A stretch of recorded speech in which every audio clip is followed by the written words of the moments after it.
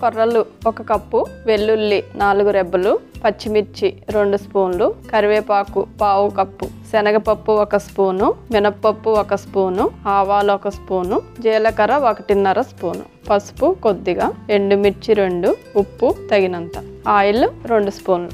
Okay, so కావాల్సిన పదార్థాలు ఏంటో చూసాం. మరి మేకింగ్ ప్రాసెస్లోకి వెళ్దాం. మేకింగ్ ప్రాసెస్ ఎలా చేసుకోవాలి, ఫస్ట్ ఏం చేయాలి? ఫస్ట్ ఏం చేయాలి, కొర్రల్ని నానబెట్టాలి. యాజ్ యూజువల్ 6 అవర్స్ నానబెట్టి. అంటే చిరుధాన్యాలతో ఏం చేయాలన్నా ఫస్ట్ దాన్ని నానబెట్టుకోవాలండి. ముందు కొర్రలు శుభ్రంగా కడుక్కొని 1 కప్పుకి 2 కప్పులు నీళ్లు పోసి ఒక పక్కన పెట్టుకోవాలి 6 అవర్స్. సో ఇప్పుడు కొర్రల్ని ముందుగా నానబెట్టుకోవాలన్నారు కదా, సో ఆల్రెడీ మనం నానబెట్టింది ఉందండి. ఓకే, సో 1 కప్పు కొర్రలకి 2 కప్పులు నీళ్లు పోసి నానబెట్టాం. ఆల్రెడీ నానబెట్టిన కొర్రలు ఉన్నాయి. సో స్టవ్ ఆన్ చేసుకొని దీన్ని కాస్త ఉడికించుకోవాలి. రైస్ని ఎలా అయితే తయారు చేసుకుంటామో దీన్ని కూడా అట్లా తయారు చేసుకోవాలి. ఓకే, మూత పెడుతున్నాను, కొంచెం ఎర్లీగా అవుతుంది కదా. ఈ లోపు మనం తయారు చేసుకోవడానికి ప్రాసెస్ ఏమైనా ఉందా? మనం కరివేపాకు పేస్ట్ తయారు చేసుకోవాలి. ఓకే, సో ఇంకేమైనా కావాలా? ఎలా తయారు చేస్తారు కరివేపాకు పేస్ట్? మూకుడు పెట్టుకొని కొంచెం వేపి మిక్సీలో పెట్టాలి. ఓకే,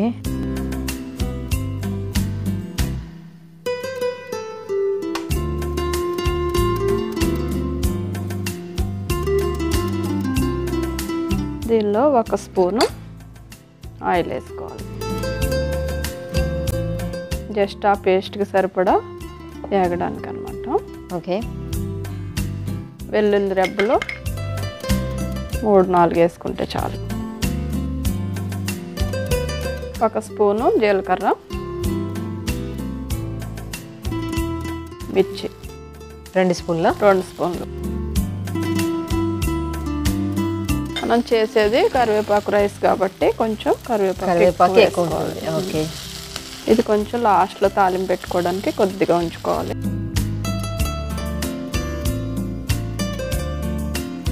ఇది కొంచెం ఫ్రై అయిన తర్వాత, మరి ఎక్కువ కూడా ఫ్రై అవ్వాల్సిన అవసరం ఉండదు, ఎందుకంటే దీని ఫ్లేవర్ పోతుంది. కరివేపాకు కొద్దిగా ఫ్రై అయితే సరిపోతుంది.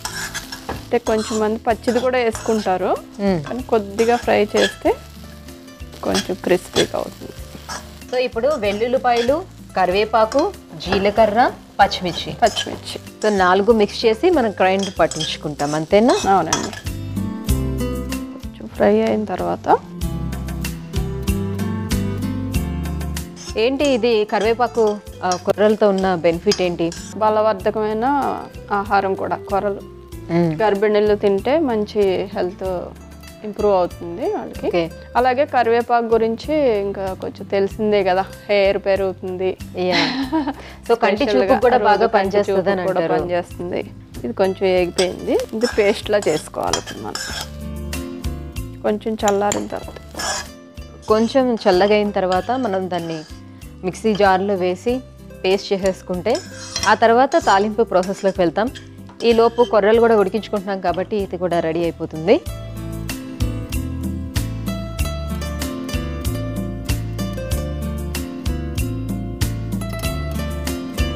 ఇది మిక్సీ పట్టుకోవాలి.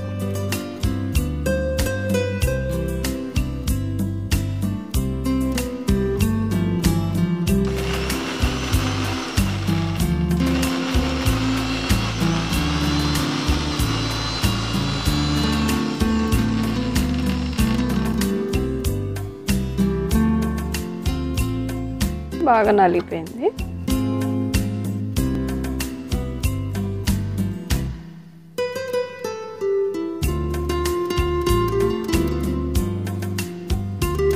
కొర్రలు ఉడికిపోయినాయేమో చూద్దాం ఒకసారి. ఓకే,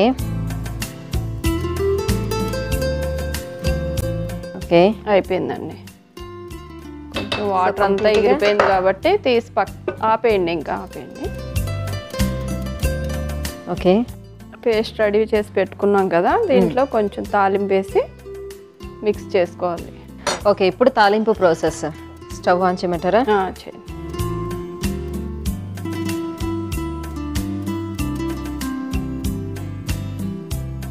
ఓకే, సో కొంచెం పెనం వేడైన తర్వాత ఆయిల్ వేద్దాం, తొందరగా అవుతుంది కూడా. Spoon oil.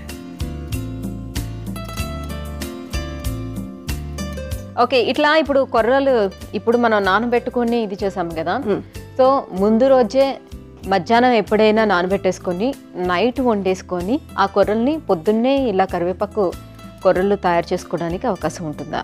సో అప్పుడు నిల్వ ఉంటుందా? అసలు నిల్వ ఉండదు. ఓకే, ఉడికిన తర్వాత వెంటనే చేసుకోవాలి.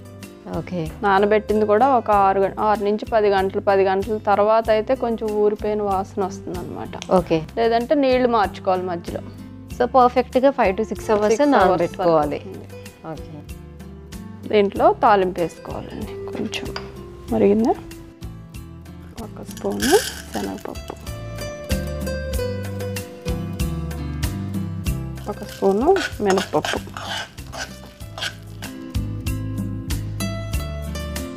జీలకర్ర, ఆవాలు.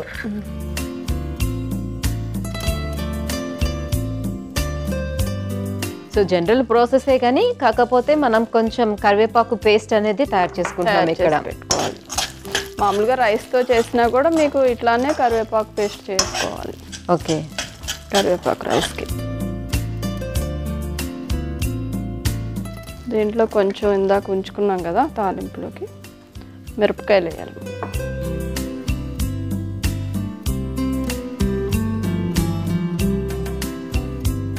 సో జనరల్లీ చెప్తూ ఉంటారు మనం తీసుకునే రైస్ అండ్ వీట్, జొన్న ఇవన్నీ కూడా పాలిష్ చేసి ఉంటాయి కాబట్టి దాని మూలంగా మనం డయాబెటిక్ వస్తుంది కాబట్టి అందుకే అవాయిడ్ చేయమని చెప్తున్నారు. కానీ మామూలుగా మనం రైస్ తీసుకున్న బ్రౌన్ రైస్ తీసుకోవడం అంటే పాలిష్ చేయకుండా మనం డైరెక్ట్గా తీసుకుంటే సో ఇంత ఇబ్బంది అయితే ఉండదు అని చెప్తున్నారు డాక్టర్స్ కూడా. అలా కాదండి, చిరుధాన్యాల్లో లోపల వరకు అంటే 8 పొరల వరకు ఫైబర్ ఉంటుంది. ఓకే, అదే రైస్లో అయితే ఓన్లీ పొట్టులోనే ఉంటుంది. మీకు పైన పొట్టు తీసేస్తాం కదా, ధాన్యానికి ఏదైతే పొట్టు ఉంటుందో అది. మళ్ళీ దాన్ని ఇంకా పాలిష్ పెడుతున్నాం ఇప్పుడు. అంటే ఇంకేం ఉండదు పొట్ట నింపుకోవటానికి, అంతా ఫిల్లింగ్ కోసం అన్నమాట. ఓకే, అలా కాకుండా దీంట్లో అయితే లోపల పొరల వరకు ఉంటుంది. అంటే దీన్ని కూడా ఇంకా పాలిష్ పెట్టినా మనకేమి దాంట్లో తరిగిపోయే ఏం లేవు. ఓకే, లోపల వరకు ఫైబర్ ఉంటుంది అనమాట. దీన్ని 1 స్పూన్ వేసుకోవాలి. కరివేపాకు పేస్ట్, 2 స్పూన్లు వేసుకొని దీంట్లో కొద్దిగా పసుపు,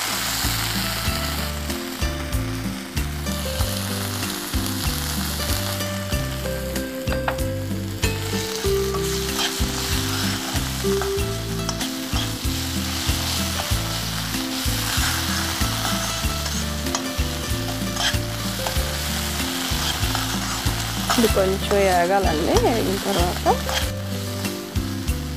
దీంట్లోనే మనం ఉడకబెట్టుకుని ఉంచుకున్నాం కదా, దాన్ని దీంట్లో వేసుకుని కలుపుకోవాలి. ఓకే, కొర్రలు వేసుకొని కలుపుకోవడమే. సో పైన లాస్ట్ మనకి కొర్రలు కరివేపాకు రెడీగా ఉంది. వేసేసుకోవచ్చు డైరెక్ట్గా.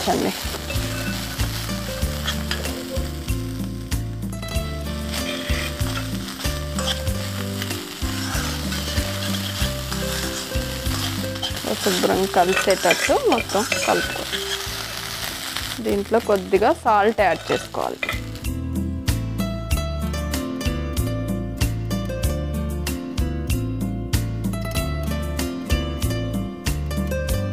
మొత్తం చూసారా, మొత్తం కరివేపాకు అంతా కలిసేటట్టు. ఎస్, కరివేపాకు స్మెల్ కూడా వస్తుంది బాగా.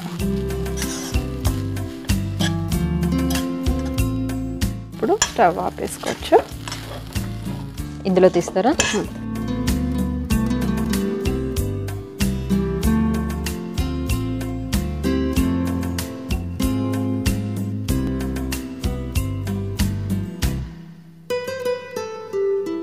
గ్రీన్ కలర్లోకి వచ్చింది మొత్తం రైస్ అంతా. ఓకే, సో గుమ్మగుమ్మలాడే కొర్రలు కరివేపాకు రైస్ రెడీ అయిపోయింది. మరి దీనికి కావాల్సిన పదార్థాలు తయారు చేసుకునే విధానం కూడా ఇంకొకసారి చూసేద్దాం, దాన్ని టేస్ట్ చేద్దాం. కొర్ర కరివేపాకు రైస్ కి కావాల్సిన పదార్థాలు: కొర్రలు 1 కప్పు, కరివేపాకు, వెల్లుల్లి, జీలకర్ర, పచ్చిమిర్చి, శనగపప్పు, మినప్పప్పు, ఆవాలు, ఎండుమిర్చి, ఉప్పు, ఆయిల్, పసుపు చిటికెడు. కొర్ర కరివేపాకు రైస్ తయారు చేసే విధానం. ముందుగా 1 కప్పు కొర్రల్ని 6 గంటల పాటు నానబెట్టి 1 కప్పుకి 2 కప్పులు వాటర్ వేసి ఉడకబెట్టి పక్కన పెట్టుకోవాలి. ఆ తర్వాత ఒక పాన్ లో కొంచెం ఆయిల్ వేసి దానిలో వెల్లుల్లి, జీలకర్ర, పచ్చిమిర్చి, కరివేపాకు కలిపి వేసి ముద్దలా మిక్సీ పట్టాలి. ఆ తర్వాత మరో పాన్ పెట్టి వేడెక్కిన తర్వాత నూనె వేసి దీనిలో శనగపప్పు, మినప్పప్పు, జీలకర్ర, ఆవాలు, ఎండుమిర్చి, కరివేపాకు, పసుపు వేసి తాలింపు వేయాలి. ఇది వేగిన తర్వాత దీనికి కరివేపాకు ముద్ద వేసి బాగా కలపాలి. దానిలోని ఉడకబెట్టిన కొర్రలను సరిపడినంత ఉప్పు వేసి బాగా కలిపి సర్వింగ్ బౌల్లోకి తీసుకుంటే యమ్మీ యమ్మీ కొర్ర కరివేపాకు రైస్ రెడీ.